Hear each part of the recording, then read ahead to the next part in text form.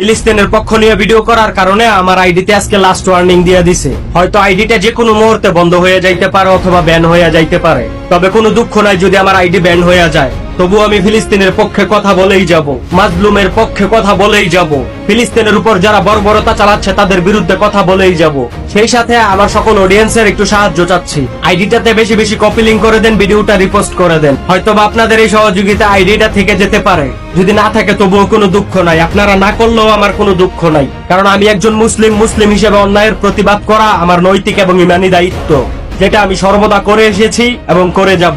হয়তোবা এটাই হইতে পারে আইডির লাস্ট ভিডিও। তাই আমার সকল অডিয়েন্সের কাছে একটা কথা বলতে চাই, আপনাদের কাছে চিরকৃতজ্ঞ রয়ে গেলাম। আপনারা যে পরিমাণে ভালোবাসা দিচ্ছেন, যে পরিমাণে সাপোর্ট দিচ্ছেন, আপনাদের এই সাপোর্টে উৎসাহিত হইয়া অনেক ভিডিও করছি, ইনশাল্লাহ আগামীতেও করব।